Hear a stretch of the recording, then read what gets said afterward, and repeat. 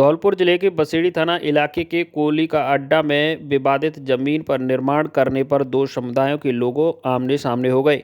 दोनों तरफ से हुए खूनी संघर्ष में पथराव में एक महिला, दो जने घायल हुए हैं। घटना 26 मार्च की बताई जा रही है। पथराव का वीडियो सोशल मीडिया पर वायरल होने के बाद कुछ लोगों को गिरफ्तार किया गया है। पुलिस ने मामला दर्ज कर अनुसंधान शुरू कर दिया है। बसेड़ी थाना एसएचओ ब्रजेश मीणा ने बताया कि बसेड़ी कस्बे के कोयले का अड्डा पर एक विवादित जमीन है, जिस जमीन पर समाज विशेष के लोग कब्रिस्तान का उपयोग कर रहे हैं। लंबे समय से जमीन पर मुर्दों को दफन किया जा रहा था, लेकिन रिकॉर्ड में विवादित कब्रिस्तान के नाम ही है। जमीन पर बबलू कोहली नाम के व्यक्ति ने नगरपालिका से निर्माण की परमिशन ली थी। इसके आधार पर बबलू कोहली विवादित जमीन पर निर्माण करने पहुंच गया था, जिसका विरोध करने के लिए समाज विशेष के महिला और पुरुष पहुंच गए। मामूली कहासुनी के बाद दोनों पक्षों में मारपीट शुरू हो गई। उसके बाद दोनों पक्षों में लाठी बाटा जंग हो गई। खूनी संघर्ष में एक महिला सहित दो जने घायल हो गए। एसएचओ मीणा ने बताया कि मौके पर पहुंचकर मामले को शांत कराया गया। शांति व्यवस्था कायम करने के लिए 7 लोगों को शांति भंग में गिरफ्तार किया है। दोनों पक्ष के लोगों को झगड़ा नहीं करने के लिए पाबंद किया गया है। विवादित भूखंड पर पुलिस बल भी तैनात किया गया है। दोनों पक्षों ने एक दूसरे के खिलाफ मुकदमा दर्ज कराया है, जिसकी जांच सरमथुरा सीओ द्वारा की जा रही है। टेलीफोन से सूचना मिली थी कि कोयले का अड्डा बसेड़ी में दो पक्षों में झगड़ा हो रहा है। इस सूचना पर मैं जाब्ता के वहाँ पहुँचा था, तो वहाँ कुछ लोगों में आपस में झगड़ा हो रहा था, जिनमें से हमने 7 लोगों को शांति भंग के मामले में गिरफ्तार किया। मौके की पे शांति कराई।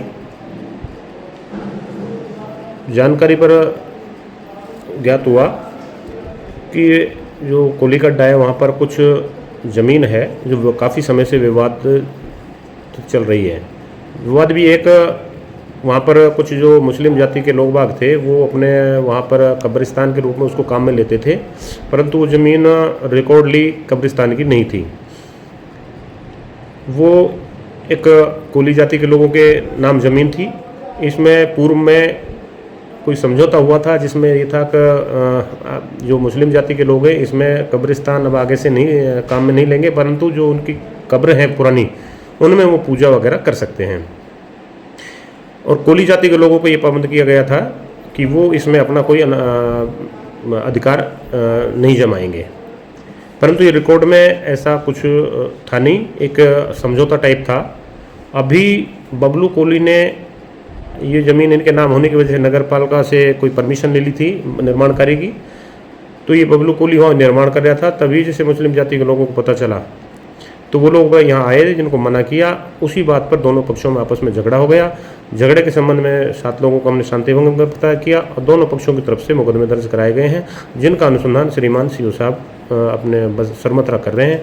मौके पर श्रीमान सीओ साहब व श्रीमान पुलिस अधीक्षक महोदय भी आ चुके थे, जिनके द्वारा भी मौका मुआयना किया गया है।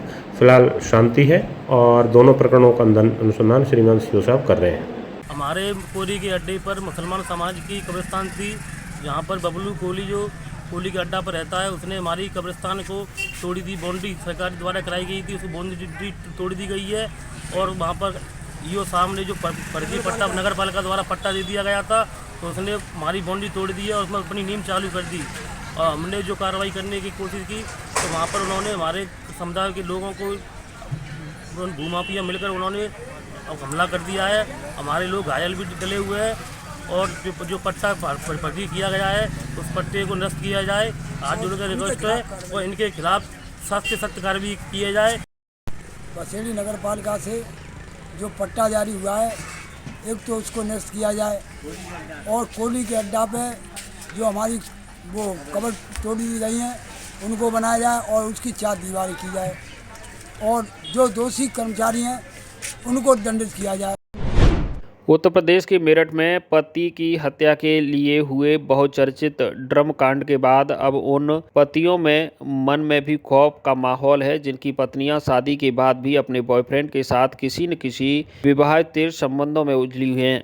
ग्वालियर जिले में एक ऐसे ही पति ने अपनी पत्नी की आशंका पर चिंता सता रही है। इस युवक का आरोप है कि उसकी पत्नी के एक दो नहीं चार बॉयफ्रेंड हैं। इन दिनों पत्नी पति को छोड़कर एक बॉयफ्रेंड के साथ रह रही है। ये बॉयफ्रेंड उसे हत्या की धमकी दे रहा है। वह थानों के चक्कर काट रहा है। जब पुलिस ने युवक की बात को गंभीरता से नहीं लिया तो फिर परेशान होकर वह फूलबाग चौराहे पर सीएम के पोस्टर के नीचे बैठकर धरने पर बैठ गया और सीएम डॉक्टर मोहन यादव से मदद की गुहार लगाई है। ग्वालियर के जनकपुरी क्षेत्र के रहने वाले अमित कुमार सेन मेरठ के ड्रम कांड के बाद से बहुत परेशान और भयभीत है। दरअसल अमित अपनी पत्नी से पीड़ित और प्रताड़ित है। अमित सेन का आरोप है कि उसकी पत्नी अब तक 4 बॉयफ्रेंड बना चुकी है। इन दिनों वह घर छोड़कर राहुल बाथन नाम के बॉयफ्रेंड के साथ लिव इन में रह रही है। अमित का कहना है कि उसके बॉयफ्रेंड और पत्नी ने मिलकर उसके बड़े बेटे हर्ष की भी हत्या करवा दी थी। अब वह छोटे बेटे को लेकर बॉयफ्रेंड के साथ रह रही है। अब उसने इसका विरोध किया तो बॉयफ्रेंड उसे हत्या करने की धमकी दे रहा है। अमित को आशंका है कि मेरठ में सौरभ ड्रम हत्याकांड की तरह उसका भी कत्ल हो सकता है। इस मामले को लेकर वह कई बार थाने में शिकायत कराने गया था, लेकिन पुलिस ने उसकी सुनवाई नहीं की। हार थक कर वह परेशान होकर ग्वालियर के फूलबाग चौराहे पर सीएम के पोस्टर के नीचे धरने पर बैठ गया। अमित ने मुख्यमंत्री डॉक्टर मोहन यादव से मदद की गुहार लगाई है। पीड़ित अमित ने बताया कि कई बार उसने जनकपुर थाने पहुंचकर पुलिस से शिकायत की, लेकिन उसकी बात को गंभीरता से नहीं सुना गया। अब इस मामले में जनकपुर थाना प्रभारी का कहना है कि उनके पास फिलहाल कोई शिकायत नहीं आई है। अगर पूर्व में थाने में आवेदन दिया होगा तो उसमें भी कार्रवाई की जानकारी ली जाएगी। युवक की शिकायत पर जो भी कानूनी कार्रवाई होगी उसे किया जाएगा।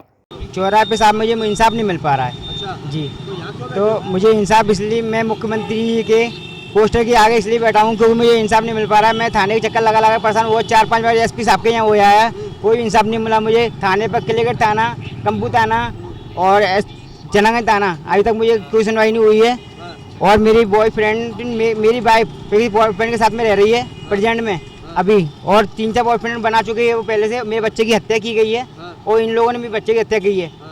और ये बीमारी के कारण, कैसे भी कारण मेरे बच्चे में बाहर काम करने गया था, मुझे नहीं मालूम कैसे हुई क्या हुआ, मगर इन लोगों ने मेरे बच्चे की हत्या की। मुझे इंसाफ चाहिए बच्चे का। आपको भी डर है, आपने लिखा हुआ मुझे, हाँ मैंने ये लिखा है। तो मैं ये कह रहा हूँ, आज मैं सुनवाई में आ रही है कि न्यूज़ में कि मैं सीमेंट डाल के पत्ती को ख़त्म कर दिया जा रहा है ड्रम में, और इसमें ऐसी वैसी न्यूज़ आ रही है, उल्टी सीधी न्यूज़ आ रही है इस चक्कर में, जिसका ऐसा मुझे लग रहा है मुझे ऐसा नहीं कर देंगे। इसलिए मुझे बच्चे का इंसाफ चाहिए, मुझे पत्नी को सज़ा दिलवानी है और इस बॉयफ्रेंड को सज़ा दिलवानी है। अच्छा, हाँ ठीक है। ये कौन लिखा है? मुख्यमंत्री जी न्याय, तो मुख्यमंत्री जी से उम्मीद है क्या? तो मुख्यमंत्री उम्मीद चाहिए ना, सुनवाई नहीं होगी तो मुख्यमंत्री से। मैं भोपाल एक बार चक्कर लगाया है, दूसरे में पैसा नहीं है मैं जाने के लिए, गरीब आदमी हूँ मैं कहाँ से जाऊँ बार बार। तो मैं इसलिए मैं चौराहे बैठा हुआ हूँ आज, नहीं बार बार भोपाल जाऊँ, बार बार जाऊँ, पैसा मेरे गरीब आदमी हूँ, मैं बेलदारी करता हूँ जी। वो मैं इनसे उम्मीद है मेरी कि बस मेरी प्रार्थना स्वीकार करें।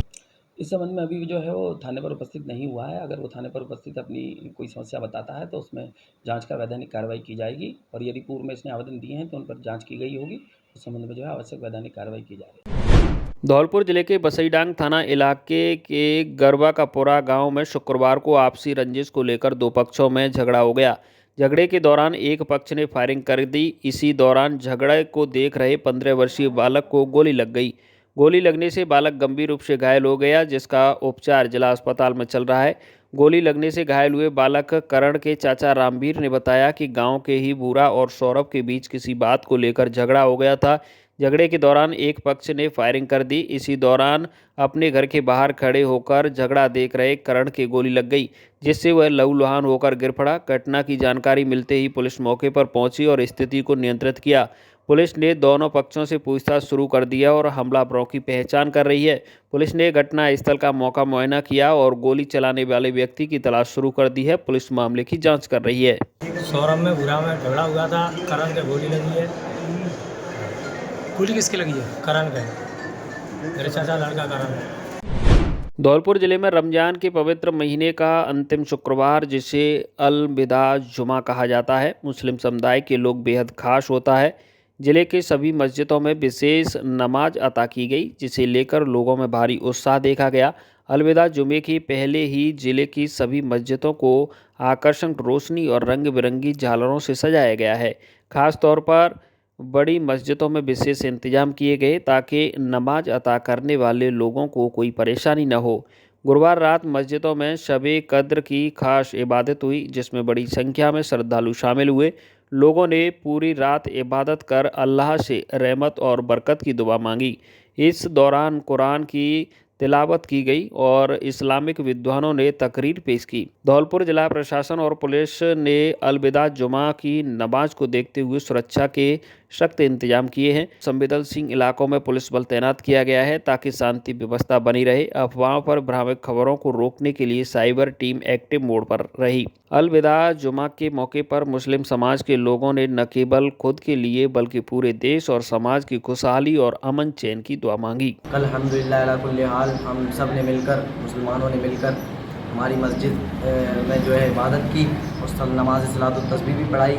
और कल शब कद्र की रात थी, बड़ी ही अज़मत वाली रात थी और हम सब ने अल्हम्दुलिल्लाह अला कुल्ली हाल बड़ी बेहतरीन तरीके के साथ इबादत की। और आज माह जुमातुल मुबारक था, योम जुमातुल मुबारक था, जिसमें आखिरी जुमा जिसको कहते हैं रमज़ानुल मुबारक का अलविदा जुमा। तो अलविदा जुमा भी अल्हम्दुलिल्लाह बड़े सुकून के साथ और अमन और चैन के साथ हमारा अदा हो गया। तो हमारी तो बस यही दुआ रहती है कि अल्लाह पाक हमारे वतन में, हमारे मुल्क हिंदुस्तान में अमन और चैन और सुकून का माहौल पैदा करे। और इसी तरीके से जो है हमें ज़्यादा से ज़्यादा हमारे मुल्क को बढ़ाई करने, हमारे मुल्क को तरक्की करने की तौफीक अता फरमाए। बाड़ी उपखंड में इन दिनों मुस्लिम समाज का पवित्र रमजान माह चल रहा है, जिसमें 26 में रोजे के समापन पर ईशा की नमाज के बाद फजर की नमाज तक पूरी रात शहर की विभिन्न मस्जिदों और ईदगाहों में धार्मिक आयोजन किए गए और शब-ए कद्र की रात मनाई गई। इस दौरान खुदा की इबादत के बाद तबर्रुफ और जलेबी अन्य मिठाइयों का वितरण किया गया। इस दौरान विभिन्न मस्जिदों में विशेष सजावट की गई और अल्लाह ताला से देश में अमन चैन की दुआ मांगी गई। इस दौरान विभिन्न मस्जिदों के मौलाना हाशिफ एवं इमामों का इस्तकबाल भी किया गया। शहर के घंटाघर स्थित शाही जामा मस्जिद में इस दौरान विशेष आयोजन देखने को मिले, जिसमें मस्जिद के मौलाना अनुराउल हक के साथ बिहार से आए हाफिज कुरान ने विभिन्न आयातें पढ़ी और खुदा की इबादत कैसे की जाए, दुआएं कैसे कबूल हों, इसको लेकर उपस्थित मुस्लिम भाइयों को जानकारी दी। शब कद्र है, यानी लैलतुल कद्र, रमज़ान की 26वीं तरावी है। आज कुरान का समापन होता है, सारी रात इबादत होती है, सभी मस्जिदों में इबादत होती है और कुरान हाफिज आए हुए हैं।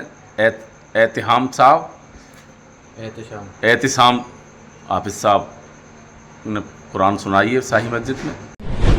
बाड़ी शहर के ठाकुरपाड़ा मोहल्ले में मुख्य सड़क के साइड में वर्षों से नाला अवरुद्ध पड़ा है। इस अवरुद्ध नाले से गंदा पानी सड़क पर बह रहा है और कीचड़ एवं गंदगी के हालातों में लोगों को रास्ते से निकलना तक मुश्किल है। उक्त मामले को लेकर कई बार नगरपालिका से शिकायत की गई है, लेकिन समस्या का अस्थायी समाधान नहीं किया जा रहा है। ऐसे में आज मोहल्ले के दर्जनों नागरिकों ने नगरपालिका के खिलाफ विरोध प्रदर्शन किया। ठाकुरपाड़ा निवासी शैलेंद्र सिंह परमार, अनीश खान, आशिफ खान एवं अन्य लोगों ने बताया कि नाला अवरुद्ध होने से गंदा पानी सड़क पर बहता है। ऐसे में बड़े बुजुर्ग और छोटे बच्चों को रास्ता निकलने में मुश्किल हो रही है। कई बार नगरपालिका से शिकायत की है, लेकिन नगरपालिका के अधिकारियों द्वारा शिकायत का कोई अस्थायी समाधान नहीं किया जा रहा है। केवल एक सफाई कर्मचारी को भेजकर नाले को साफ करते हैं। 1 घंटे बाद स्थिति जस की तस हो जाती है। मामला ये है कि ये नाले की समस्या पिछले करीब 8-10 सालों से है, जिसकी हम कई बार नगरपालिका में अधिकारियों से शिकायत भी कर चुके हैं, लिखित में भी दे चुके हैं और मौखिक भी कर चुके हैं, लेकिन इस समस्या का कोई समाधान नहीं, ना इस ओर ध्यान दिया नगरपालिका ने कभी भी। और ये स्थिति ये बनी हुई है कि आप देख रहे हो, यहाँ से लेके और कितनी दूर तक गंदगी और कीचड़ ही कीचड़ भरा पड़ा है। नगरपालिका की तरफ से क्या आश्वासन दे दिया जाता है आपको? कुछ नहीं, नगरपालिका की तरफ से एक व्यक्ति भेजेंगे और नाले की सफाई करा देंगे, चालू करा देंगे और नाले की स्थिति ये है कि 1 घंटे बाद फिर बंद हो जाता है। बाड़ी बार एसोसिएशन द्वारा शुक्रवार को न्यायिक कार्य का बहिष्कार करते हुए मुख्यमंत्री के नाम बाड़ी एसडीएम भगवत शरण त्यागी को ज्ञापन सौंपा गया है। वकीलों ने मांग की है कि धौलपुर के वरिष्ठ अधिवक्ता पर 21 मार्च को कैथरी रिजॉर्ट के पास जानलेवा हमला हुआ था। इसकी रिपोर्ट कराए जाने के बावजूद आज तक आरोपियों की गिरफ्तारी नहीं हुई है। ऐसे में उक्त घटना से अधिवक्ताओं में रोष है। साथ में अधिवक्ता अपने आप को असुरक्षित महसूस कर रहे हैं। बाड़ी बार एसोसिएशन के अध्यक्ष मुकेश कुम्हार कौशिक ने बताया कि 21 मार्च को धौलपुर के वरिष्ठ अधिवक्ता उपेंद्र शर्मा पर असामाजिक तत्वों द्वारा जानलेवा हमला किया गया था, जिसमें घायल अधिवक्ता अस्पताल में उपचाराधीन है। मामले को लेकर पुलिस में रिपोर्ट दी गई है। आरोपी अभी तक फरार हैं। उक्त घटना से जिले के समस्त वकीलों में असुरक्षा का माहौल है। आज हमने एडवोकेट साथी हमारे उपेंद्र शर्मा जो 28 मार्च को अपने कोर्ट से घर जा रहे थे, उस समय कुछ अज्ञात हमलावरों ने उन पर हमला किया, जिससे वो घायल हो गए। पुलिस और प्रशासन द्वारा आज तक उनको गिरफ्तारी नहीं की गई है। इसके विरोध स्वरूप हमने स्वैच्छिक कार्य का अवकाश रखा। ये है कि हमारे धौलपुर के वरिष्ठ अधिवक्ता उपेंद्र शर्मा जी के ऊपर कुछ असामाजिक तत्वों ने जानलेवा हमला किया है, जिसकी पूरी बार घोर निंदा करती है। और ये असामाजिक तत्व जो आए दिन घटनाएं कर रहे हैं, अगर इनको इसी स्तर पर नहीं रोका गया तो ये आगे चल के बहुत बड़ा समाज के लिए, अधिवक्ताओं के लिए बहुत बड़ी नासूर बन जाएंगे। और हमारी तो प्रशासन से, गवर्नमेंट से यही मांग है कि ये आए दिन अधिवक्ताओं पे हमले हो रहे हैं, इसमें कहाँ कमी है? कहीं न कहीं प्रशासन की ढील है या गवर्नमेंट के द्वारा कहीं न कहीं लापरवाही बरती जा रही है। उनके जो सुरक्षा का कवच अगर ये दे दें तो ये ऐसी घटनाओं की पुनरावृत्ति नहीं होगी। धौलपुर जिले में अधिवक्ताओं के साथ आए दिन मारपीट हो रही है।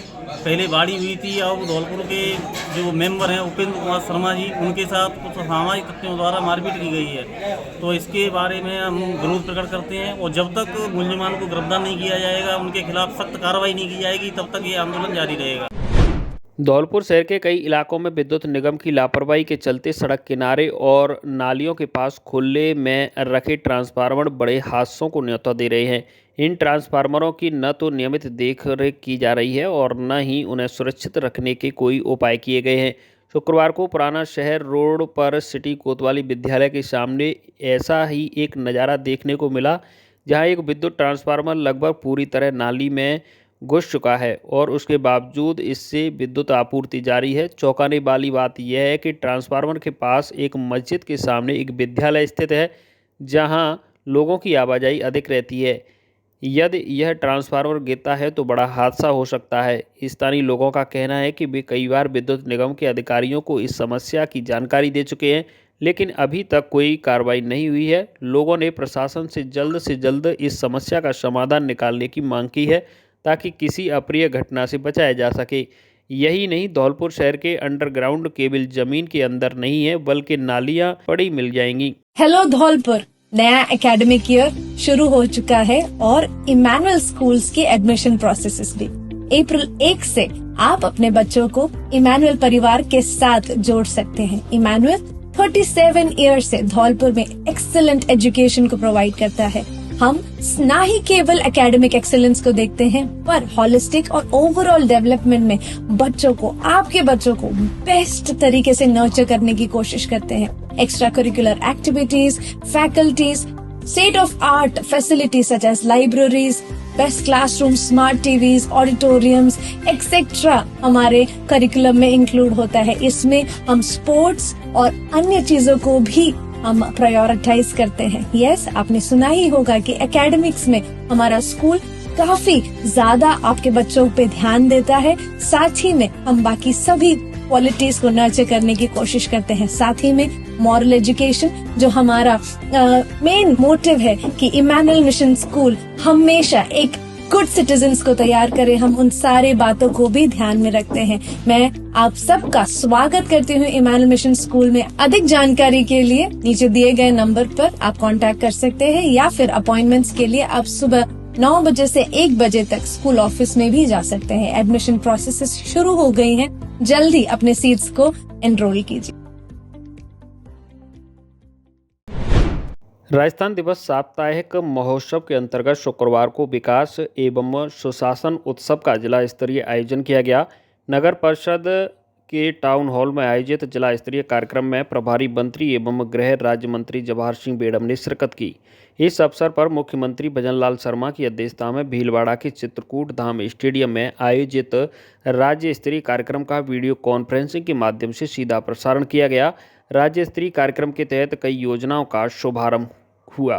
राज्य स्तरीय कार्यक्रम में मुख्यमंत्री भजनलाल शर्मा ने 10,000 करोड़ रुपए के विभिन्न विकास कार्यों का शिलान्यास एवं लोकार्पण किया। साथ ही राजस्थान पत्रकार स्वास्थ्य योजना सभी जिलों की पंच गौरव पुस्तिका ई उपचार ऐप का शुभारंभ किया गया। इसके अतिरिक्त मुख्यमंत्री ने स्थानीय निकायों के सशक्तिकरण, हरित अरावली विकास परियोजना, फायर NOC प्रक्रिया के सरलीकरण एवं नए जिलों के DFTM गठन एवं राशन दुकानों की अन्नपूर्णा भंडार संबंधी दिशा निर्देश भी जारी किए।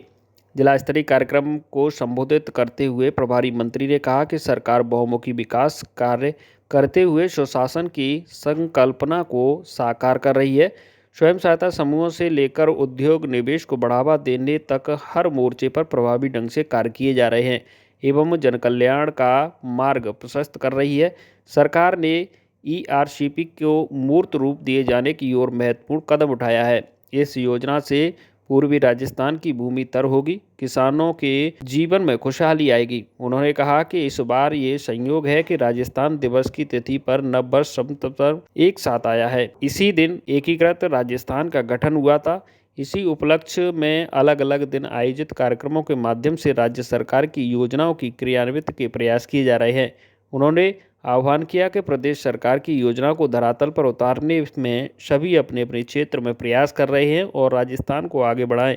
राजस्थान विकास बनेगा तो निश्चित रूप से भारत विकसित होगा। मैं तो प्रदेश के यशस्वी मुख्यमंत्री आदरणीय भजनलाल शर्मा जी का आभार व्यक्त करूंगा कि उन्होंने अब की बार राजस्थान दिवस के कार्यक्रमों को, जो 7 दिवसीय कार्यक्रम उन्होंने घोषित किए, उनको प्रत्येक संभाग में बनाने का निर्णय लिया। इसका जो प्रभाव पड़ेगा, एक तो सुदूर गांव में रहने वाला व्यक्ति नजदीक के समारोह में आकर हमारी संस्कृति से रूबरू होगा, राजस्थान दिवस के महत्व को समझेगा और दूसरे सरकार की योजनाएं जो हर व्यक्ति को समृद्ध करके राष्ट्र की मुख्यधारा में जोड़ने का जो मुख्यमंत्री जी का सपना है, उसको समझकर आत्मसात करके अधिक से अधिक लोग उसके लाभान्वित होंगे। प्रचार प्रसार भी होगा। निश्चित रूप से माननीय मुख्यमंत्री जी की सोच के लिए उनको साधुवाद और बधाई देना चाहूंगा। जगह जगह पर महिला सम्मेलन, युवा सम्मेलन, हमारे गरीब परिवारों के लिए अंत्योदय कल्याण महोत्सव और आज विकास एवं सुशासन उत्सव बनाकर माननीय मुख्यमंत्री जी ने जो संदेश दिया है, राजस्थान की जनता उनकी पूरी प्रशंसा कर रही है। और मैं समझ सकता हूँ कि ये 1.25 साल के कार्यकाल में जिस तरह का बजटीय प्रावधान, चाहे सड़कों की कनेक्टिविटी के लिए बजट देने की बात रही हो, चाहे अस्पतालों में संसाधन देने की बात रही हो, नए अस्पताल खोलने की बात रही हो, चाहे हमारे शिक्षा के इंस्टीट्यूशंस खोलने की बात रही हो, बिजली की सुचारू व्यवस्था हो, इसके लिए सोलर ऊर्जा से लेकर के 132 kV, 33 kV, 400 kV के जो हमारे स्टेशन हैं, उनकी स्थापना और शिलान्यास की बात रही हो, अभूतपूर्व काम माननीय मुख्यमंत्री जी के नेतृत्व में हो रहे हैं।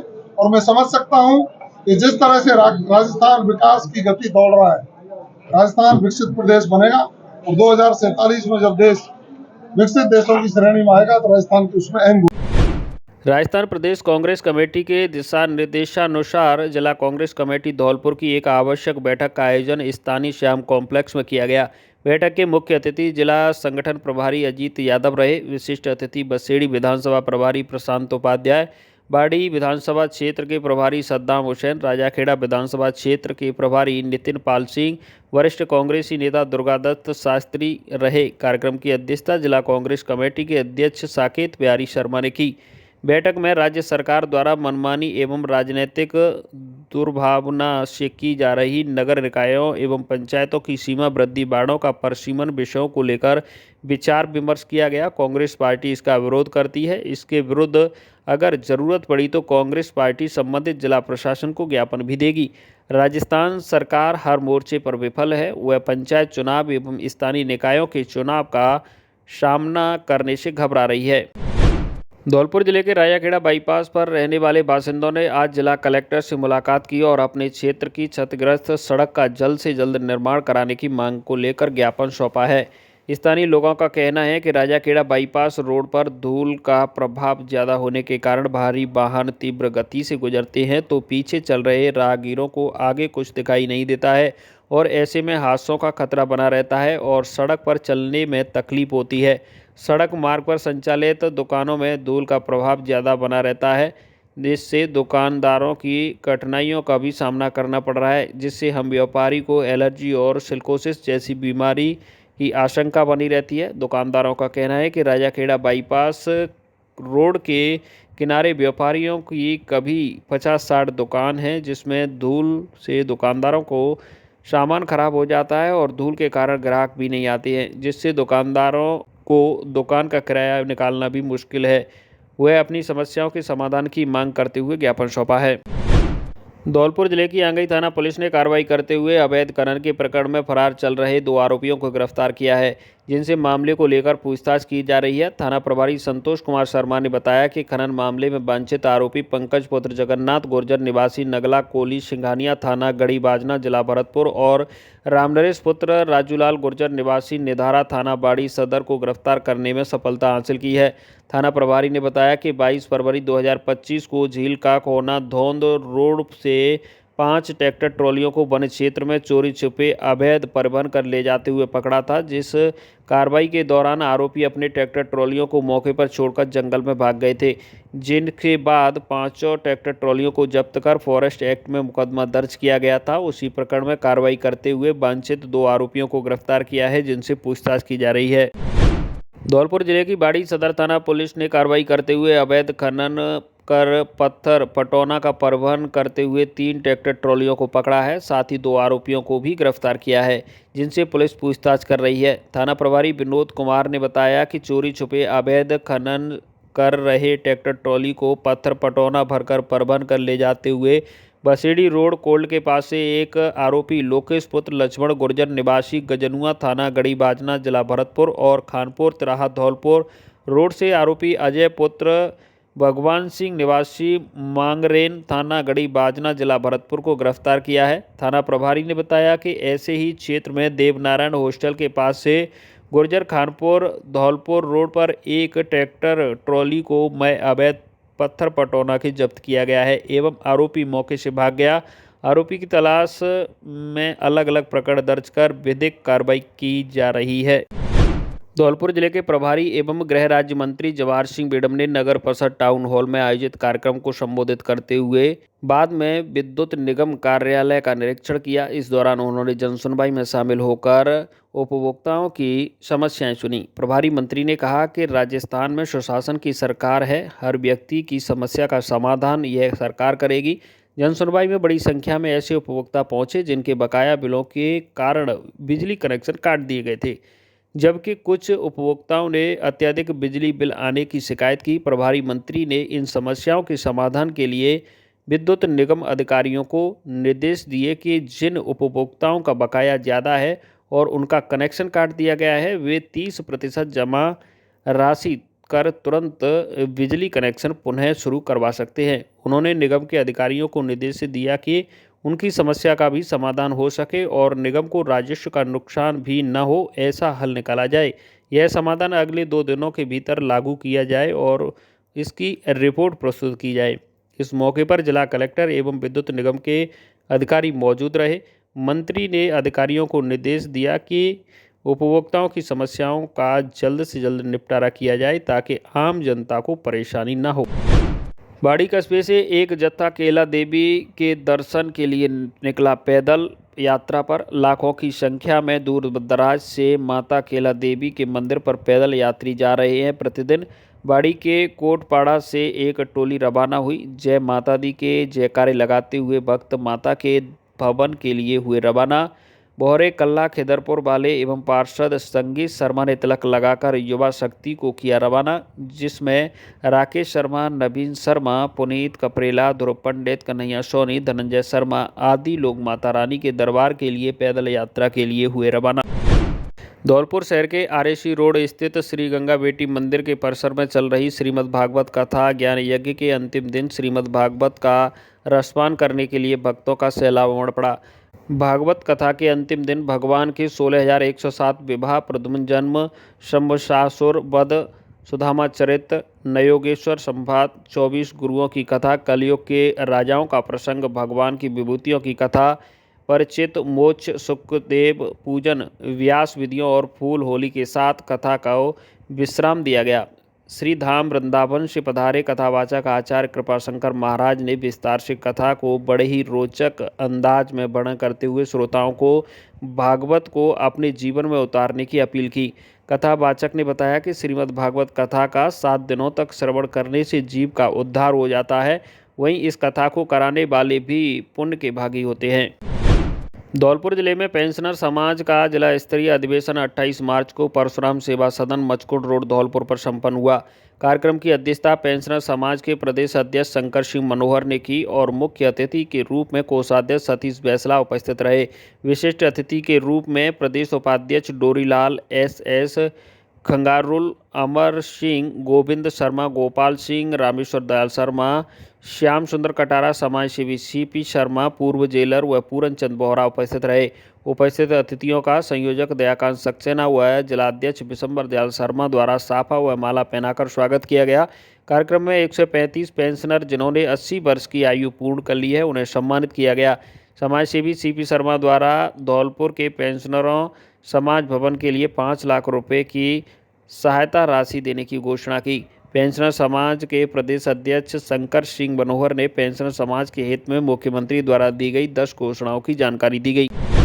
धौलपुर जिले के मनिया कस्बा व्यावसायिक एवं औद्योगिक केंद्र होने के कारण यहां से नेशनल हाईवे 44 गुजर रहा है, जिसके कारण यहां आवागमन में भरपूर साधन मौजूद है और नेशनल हाईवे उत्तर से लेकर दक्षिण तक जुड़ा हुआ है, जिसकी यहां सुविधाएं मुहैया हो जाती हैं। शायद ही उतनी सुविधाएं अन्य किसी नगर या क्षेत्र में नहीं मिल पाती हैं। उसी का फायदा उठाते हुए नेशनल हाईवे 44 के नज़दीक कई ढाबा संचालक दिन दूनी रात चौगुनी तरक्की करने में लगे हुए हैं। यहाँ के ढाबों पर अवैध कारोबार, जिसमें खासकर अवैध रूप से डीजल पेट्रोल का संग्रहण और विक्रय किया जा रहा है। वहीं दाल, चावल, सुपारी, पोहा, इस्पात सहित कच्चे फलों का अवैध कारोबार धड़ल्ले से किया जा रहा है। सागरपड़ा से लेकर बड़ैठा पुल तक कई ढाबों पर इससे जुड़े अवैध कारोबार संचालित होते देखे जा सकते हैं। मनिया थाने से महज कुछ ही दूरी पर हिनाता चौकी के नज़दीक स्थित ढाबों पर अवैध कारोबार का सिलसिला दिन रात चलता रहता है, लेकिन इसके खिलाफ कोई पुलिस प्रभावी कार्रवाई नहीं करती है। ढाबे पर काम करने वाले एक व्यक्ति ने नाम बताने की शर्त पर बताया कि ढाबा संचालक बच्चू कुशवाहा, दौलत राम, कृष्णा, यूरिया पंप संचालक नरेंद्र कुमार, अजय कुमार एवं चावला ढाबा वाले का अवैध कारोबार बड़े पैमाने पर चलता है। पुलिस वाले अक्सर यहां आते रहते हैं, जिन्हें ढाबा संचालकों द्वारा समय समय पर सुविधा शुल्क दे दिया जाता है। इसके कारण अवैध कारोबार जोरों पर चल रहा है। व्यक्ति ने आगे बताया, गुटखा बनाने की सुपारी, डीजल, सभी तरह के फल, दाल, चावल, लोहे की सरिया, प्लास्टिक दाना सहित अनेक वस्तुओं का अवैध कारोबार धड़ल्ले से चल रहा है। इन ढाबों पर महज चाय, नाश्ता और भोजन ही नहीं, उनके इसके अलावा बहुत कुछ ऐसा सामान भी मिलता है जो कानून की दृष्टि में अवैध कहलाया जाता है। इसके अलावा यहाँ और भी कई अवैध कार्य भी बड़ी मात्रा में संचालित होते हैं, जैसे अवैध रूप से नीला केरोसिन यानी गासलेट, डीजल, पेट्रोल, काला तेल, डामर आदि ऐसे कई सामान हैं जो बड़ी ही आसानी से उपलब्ध हो जाते हैं। कई ढाबों वालों ने अपने ढाबों के पास ही एक छोटी सी किराना की दुकान खोलकर बैठे हैं। ये लोग ट्रक चालकों से परिवहन किया जा रहा माल औने पौने दानों में खरीद लेते हैं और अपनी दुकानदारी चलाते रहते हैं। इससे और कुछ ढाबों पर और भी ऐसी कई गतिविधियां हैं जिनमें अवैध शराब वगैरह भी बड़ी मात्रा में परोसी जाती है। मुख्य बात यह है कि शिकायत की जानकारी भी उन्हें मिल जाती है। ये लोग वहां से अवैध सामग्री हटा लेते हैं, फिर 1-2 दिन अवैध कारोबार बंद हो जाते हैं, इसके बाद वही ढर्रा फिर से शुरू हो जाता है। मनिया थाना क्षेत्र के अंतर्गत अनेक होटलों एवं ढाबों पर ये अवैध चीज़ों का कारोबार जमकर फल फूल रहा है। शासन प्रशासन का इस ओर कोई ध्यान नहीं है। कहने को तो ये अवैध कारोबार चुनौती बना हुआ है, परंतु जो पुख्ता कार्रवाई होनी चाहिए वो नहीं की गई है।